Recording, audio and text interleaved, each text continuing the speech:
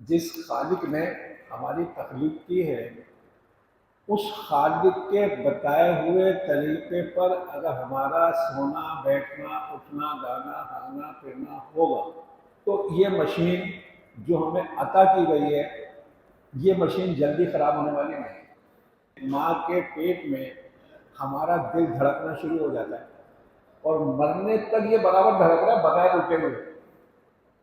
تو کتنی طاقتور مشین ہے یہ مشین۔ یہ دل خراب کب ہوتا ہے؟ جب ہم الٹی ساری چیزیں اس پیٹ میں بھرنا شروع کر دیتے ہیں اور اس سے ایک تبخیر کا عمل شروع ہو کر ہماری رگوں میں اس دوران خون کو خراب کر دیتا ہے جو اللہ نے ایک اسپیڈ کے تحت بنایا ہے۔ آپ کو شاید حیرت ہوگی اس بات پر کہ ہر آدمی کے دماغ کو صرف 1 منٹ میں، کتنے منٹ میں؟ 1 منٹ میں 1.5 لیٹر خون چاہیے۔ ایک پانی کی 1.5 لیٹر والی بوتل 1 منٹ میں اس دماغ کو کام کرنے کے لیے چاہیے۔ یہ بھی اس صورت میں ہے جب اس آدمی کا دماغ کسی مصروفیت میں نہ ہو۔ اب میں آپ کے سامنے بیٹھا ہوں، مخاطب ہوں، تو میرے دماغ کو اس وقت فی منٹ 2 سے 2.5 لیٹر کے درمیان خون چاہیے۔ تو اس کا پمپنگ اسٹیشن کون سا ہے؟ ہمارا دل۔ تو جس خالق نے اس سارے نظام کو بنایا ہے اس نے اس دل کو صحت مند رکھنے کے لیے ہمیں طریقے بھی بتا دیے۔ آپ نے سنا ہوگا کہ حضرت جابر رضی اللہ تعالیٰ عنہ کی طبیعت خراب ہوئی اور آپ صلی اللہ علیہ وسلم ان کو دیکھنے گئے تو کیا فرمایا؟ تم اجبا کھجور کھایا کرو، یہ تمہارے دل کو طاقتور کر دے گا۔ جو پستے ہندی کھایا کرو یہ تمہارے دل کو طاقتور کر دے گی۔ تو ہمیں ہدایات جو آپ صلی اللہ علیہ وسلم کی زندگی میں ہیں۔ اب آئیے ایک بنیادی سی بات کر جو اکثر اپنے لوگوں نے اپنے بڑوں سے سنی ہو۔ ایک بات تو یہ کہی جاتی ہے کہ جب آپ کھانا کھائیں تو فکر نہ کرا کریں، سوچ دماغ کو مختلف غموں کی سوچ میں مبتلا نہ کریں۔ آج ہم کھانا کھا رہے ہوتے ہیں اور ہمارے دماغ میں فلم چل رہی ہوتی ہے۔ یہ طب کا سائنس کا ایک متفقہ مسئلہ بھی ہے کہ جو لوگ کھانا کھاتے ہوئے فکر کی سوچ رکھتے ہیں ان کے معدے کے منہ پہ ورم ہو جاتا ہے، اور اس کی ایک واضح سے نشانی یہ ہوتی ہے کہ عین پسلیوں کے نیچے اس جگہ کبھی کبھی ایک چبھن ہوتی ہے یا جھٹکا لگتا ہے یا پھر یہ مستقل ایک درد شروع ہو جاتا ہے۔ ہم اسے پیٹ کا درد کہہ کر بعض اوقات درگزر کر دیتے یا پھر این آئی سی بھی چلے جاتے ہیں۔ اور بات کہاں پر ہو رہی ہوتی ہے؟ یہاں پر۔ اظہار کہاں ہو رہا ہے؟ یہاں پر۔ تو ہماری سوچ ہمیں بیمار کرنے کے لیے کافی ہے۔ اس لیے فطرت سے قربت آپ کی صحت کی ضمانت ہے۔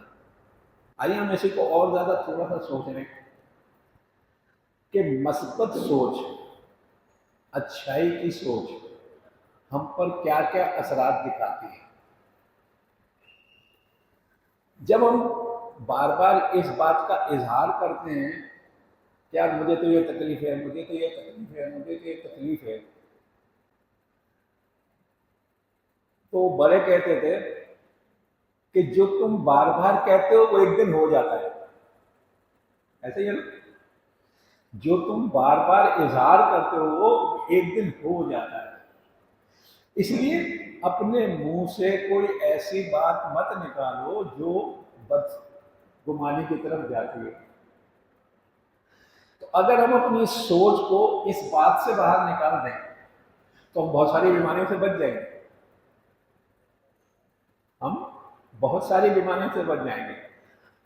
آپ صلی اللہ علیہ وسلم کا طریقہ بھی کیا تھا؟ کھانا کھاتے ہوئے ہلکی پھلکی بات تو کر سکتے ہیں جس میں ہلکا سا مزہ بھی شامل ہو سکتا ہے۔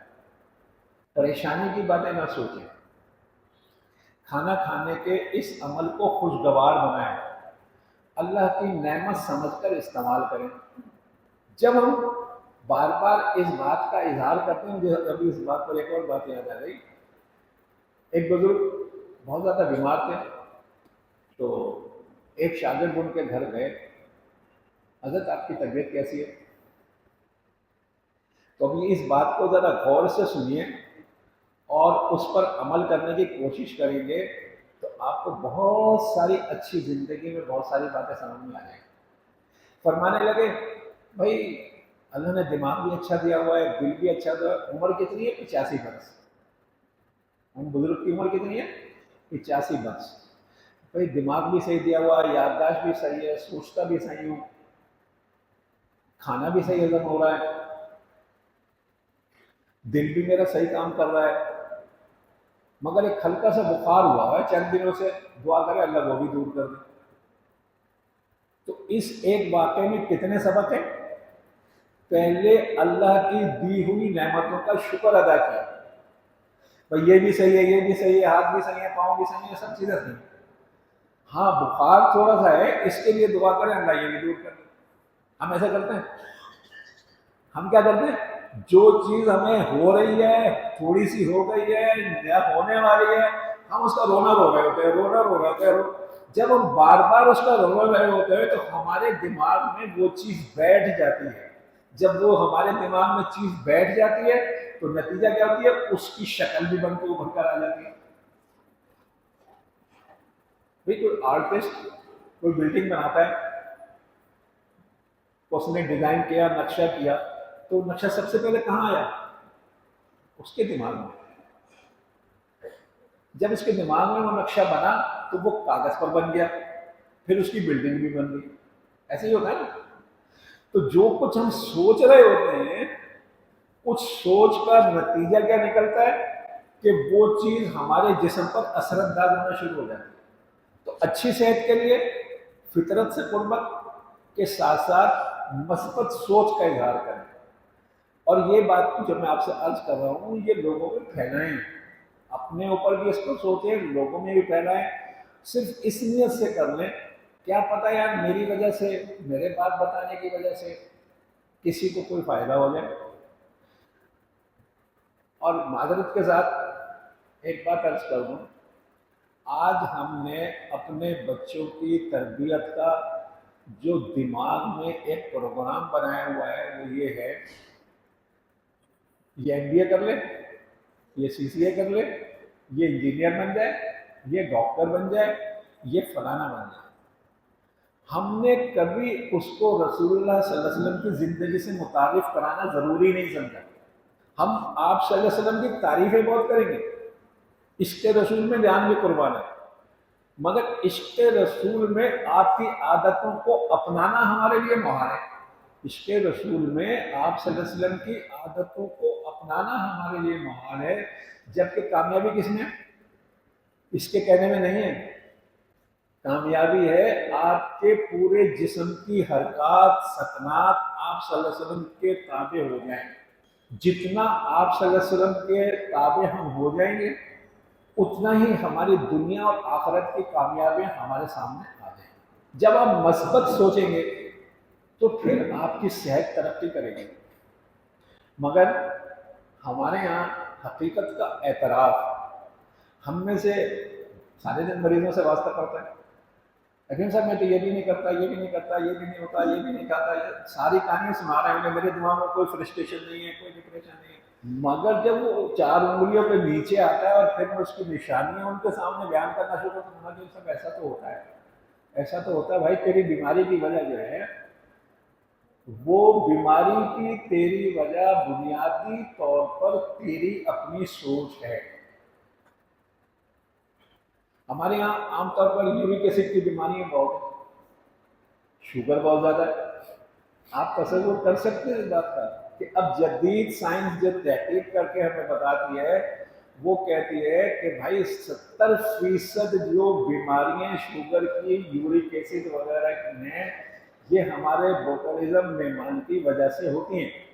اور وہ کب ہوتا ہے خراب؟ جب ہمارا دماغ خراب ہوتا ہے، جب ہماری سوچ منفی ہو جاتی ہے تو ہماری شوگر بڑھتی رہتی ہے انسولین لینے کے باوجود، ہم اس پر قابو نہیں پا سکتے۔ کیوں؟ کہ غذا پر تو ہم نے کنٹرول کر لیا مگر اپنی سوچ پر کنٹرول نہیں کر رہے۔ تو جب تک ہم مثبت نہیں سوچیں گے اس وقت تک ہماری صحت کا انتظام کا رہنا بہت مشکل ہے۔ خالی دوائیوں کے آسرے پر اگر آپ گزارا کرنا چاہیں گے تو سچی بات ہے کچھ بھی نہیں ہوگا۔ اس کو ایک اور طریقے سے سمجھنے کی کوشش کرتے ہیں۔ سب حضرات کھانا کھاتے ہیں، ٹھیک ہے نا؟ کچھ کھانے ایسے ہوتے ہیں جن کو ہمارا جسم قبول کر لیتا ہے، ہضم ہو جاتا ہے، اس پہ ہمارا خون بننا شروع ہو جاتا ہے۔ تو اس سے کیا مراد ہوتی ہے کہ وہ کھانا ہمارے جسم کو لگ گیا، یعنی ہمارے جسم نے اس بات کھانے کو قبول کر لیا۔ کچھ کھانے ایسے ہوتے ہیں ہم نے کھانا کھایا، تھوڑی سی دیر میں الٹی لگنا شروع ہو گئی، دست آنا شروع ہو گئے۔ اب ہمارے جسم نے کیا کیا کہ اس کھانے کو قبول نہیں کیا، رد کر دیا، جسم سے باہر نکال کر پھینک دیا۔ ایسے ہی ہوتا ہے روٹین کی زندگی ہماری۔ مگر ایک اور عمل بھی ہوتا ہے۔ وہ عمل کیا ہوتا ہے؟ کچھ کھانے ایسے ہوتے ہیں نہ ہمارا جسم انہیں قبول کرتا ہے اور نہ ہمارا جسم ان کو نکال کر پھینکتا ہے۔ جب ہمارا جسم انہیں قبول نہیں کرتا تو وہ بیکار ہو گئے، جب باہر نہیں پھینک رہا تو اس کا مطلب وہ کچرا ہمارے معدے میں جمع ہو رہا ہے، ہماری آنتوں میں بلاکیج بڑھ رہی ہے۔ نتیجہ کیا ہوتا ہے؟ ہماری بھوک ختم ہو گئی، وہ 2 دن اور زیادہ پھنسا رہا تو اب اس نے اندر سڑنے کا عمل شروع ہو گیا۔ اس سڑنے کے عمل کو آپ اور آسانی سے اندازہ کر لیں گے۔ اگر گرمیوں میں آٹا بچ جاتا ہے گدھا ہوا اور آپ اس کو روم ٹمپریچر پہ رکھ دیں، اگر آپ نے شام کو آٹا بچا ہوا آٹا کسی کمرے میں رکھ دیا روم ٹمپریچر پر اور صبح جب آپ اٹھیں گے تو وہ آٹا برتن سے باہر ہوگا، اس کے اندر خمیر پیدا ہو جاتا ہے اور وہ برتن سے باہر ہو جاتا ہے۔ تو بھائی یہ جو برتن اللہ نے ہمارے جسم میں رکھا ہوا ہے جہاں ہم کھانا بھر رہے ہیں، جب اس میں کوئی چیز پڑی رہے گی تو کیا نتیجہ نکلے گا؟ یہ بھی تو بند کمرہ ہے، اس میں بھی خمیر پیدا ہوگا۔ جب اس میں خمیر پیدا ہوا تو اب اس کا اظہار کہاں ہوگا؟ اس کا اظہار ہوگا اوپر۔ اب آپ کے پٹھے اکڑ رہے ہیں، تھک رہے ہیں، بیزار ہو رہے ہیں، اٹھا نہیں جا رہا، بیٹھا نہیں جا رہا۔ زیادہ زور پڑے گا تو آپ کا دماغ بوجھل ہو جائے گا، چڑچڑے ہو جائیں گے، اور اگر بہت زیادہ زور پڑ گیا تو پھر LIC بھی لے جائیں گے کہ اس کو تو دل کا دورہ پڑ گیا۔ علامتیں ساری دل کے دورے پہ ہیں، مگر جب وہاں جائیں گے تو آپ کو گیس کی دوا دے کے باہر نکال دیں گے۔ تو اس میں قصور کس کا ہے؟ ہمارا، کہ ہم بغیر سوچے سمجھے اپنی مشین میں 5 کلو کپڑوں کی جگہ 8 کلو 10 کلو ڈالے چلے جا رہے ہیں۔ اب وہ مشین گھوم ہی نہیں رہی۔ جب مشین نہیں گھومے گی تو لازمی بات ہے مشین خراب ہوگی بھائی۔ تو فطرت کیا ہے؟ آپ صلی اللہ علیہ وسلم سے کسی نے پوچھا یا رسول اللہ ایک آدمی کو کتنا کھانا چاہیے؟ فرمایا چند لقمے جس سے اس کی کمر سیدھی رہے۔ ہم کھاتے ہیں چند لقمے جس سے اس کی کمر سیدھی رہے۔ کچھ عرصے کے بعد کوئی اور صحابی آیا، انہوں نے رسول اللہ کو کتنا کھانا چاہیے؟ فرمایا ایک حصہ پانی، ایک حصہ ہوا اور ایک حصہ کھانا۔ ہم تو کہتے ہیں کھانا ہم نے یہاں تک بھرنا ہے، پانی پیے نہ پیے کھانا یہاں تک بھر لیں گے، تھوڑی دیر کے بعد پانی بھی ڈالیں۔ جب آپ اپنے گھر کی تعمیر کرتے ہیں یا دیکھتے ہیں مستریوں کو کام کرتے ہوئے تو وہ جو سیمنٹ کا مسالہ بناتا ہے، اگر وہ مسالہ پتلا ہو جائے تو کیا ہوتا ہے؟ کیا اس سے دیوار کی چنائی ہو جائے گی؟ کیا پلستر ہو جائے گا؟ نہیں ہوتا نا، وہ سارا مسالہ ضائع ہو رہا ہے۔ تو ہمارے معدے میں جب ہم کوئی چیز ڈالتے ہیں غذا کے طور پر، وہ جا کر وہاں ایک گولے کی شکل اختیار کرتی ہے، اس پر نمک کا تیزاب ہمارا جسم کوٹ کرتا ہے۔ پھر جب ہمارا کھانا ختم ہو جاتا ہے، گولا بن جاتا ہے، تو پھر ہمارا معدہ ایسے زور دباتا ہے، یہ ادھر کھانا ادھر چلا گیا، ادھر چلا گیا۔ اندر کھانے کے جوس بنانے کا عمل اس طرح ہوتا ہے۔ یہ جو کھانا بنانے کا جوس کا عمل ہے، یہ جب بنتا ہے کہ وہ گولا صحیح بنا ہو۔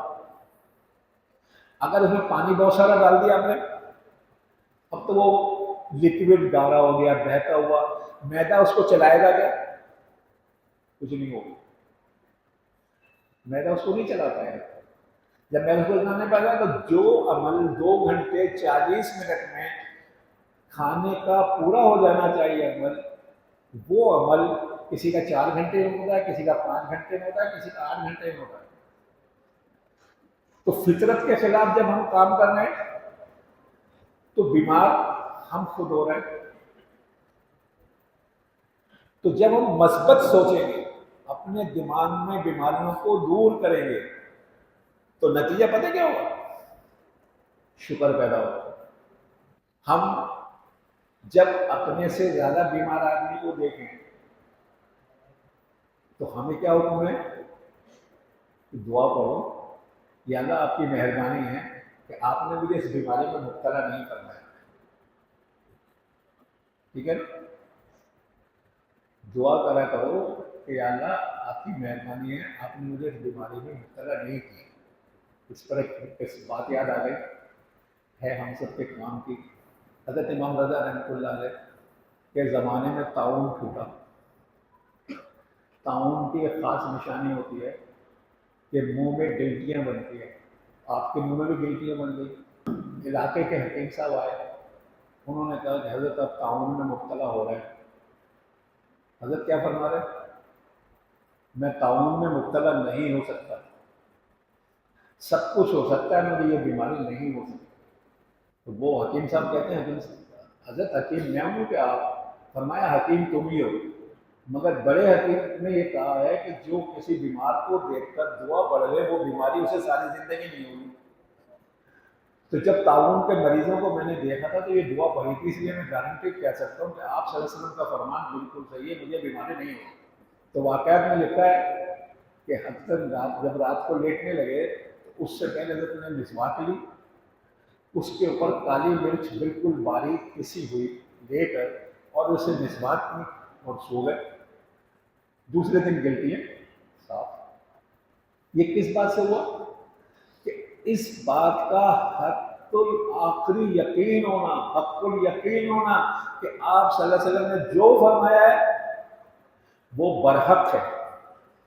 ہماری سب سے بڑی کمزوری یہ ہے کہ ہماری سوچ مثبت نہیں ہے۔ ہم آپ صلی اللہ علیہ وسلم کی احادیث سنتے ہیں، قرآن پاک کی آیات سنتے ہیں، انہیں ایک ڈاکٹر کے کہنے پر رد کر دیتے ہیں۔ انہیں ایک ڈاکٹر کے کہنے جائیں، ڈاکٹر نے کہا، ارے بھائی ڈاکٹر نے تو کہا کہ آپ صلی اللہ علیہ وسلم کیا کہہ رہے ہیں؟ تو اس لیے اپنی سوچ کو مثبت کیجیے، فطری سی باتیں استعمال کیجیے۔ جب آپ فطرت کے ساتھ رہیں گے تو پھر انشاءاللہ آپ کو ایسی شکایات کا نہیں ہوگا، آپ پرسکون زندگی گزاریں گے۔ جب ہم فطرت کے خلاف ہو جاتے ہیں نتیجہ کیا نکلتا ہے؟ بیماری۔ جب بیماری آتی ہے تو پھر کیا ہوتا ہے؟ شکایت۔ شکایت کیا چیز ہے؟ ناشکرہ پر۔ اور اللہ جل شانہ کو پسند کیا ہے؟ شکر۔ آپ اللہ جل شانہ نے میرے لوگوں میں سے شکر گزار بنتے چند ہیں، اکثر تو ناشکروں کی ہیں۔ کیونکہ ہم اس بدو سے بھی گئے گزرے جو خانہ کعبہ کے خلاف پکڑ کر کھڑا ہوا ہے اور کہہ رہا ہے یا اللہ مجھے اپنے تھوڑے بندوں میں شامل کر لے، یا اللہ مجھے اپنے تھوڑے بندوں میں شامل کر لے۔ حضرت عمر رضی اللہ عنہ طواف کر رہے ہیں، اس کی بات سن کر رک کر وہاں کھڑے ہو جاتے ہیں۔ جب وہ اپنا بات ختم کر لیتا ہے اور کعبہ کے خلاف چھوڑ کے ایک سائڈ پہ آتا ہے، آپ رضی اللہ تعالیٰ عنہ پوچھتے ہیں یہ تو کیا دعا کر رہا تھا؟ انہوں نے کہا امیر المومنین کہ آپ نے قرآن پاک نہیں پڑھا؟ اللہ تعالیٰ خود کہتے ہیں شکر گزار بندے میرے تھوڑے سے ہیں، تم تو اللہ سے کہتے ہیں مجھے اپنے تھوڑے بندوں میں شامل کر لیں، مجھے شکر گزار بنا دیں۔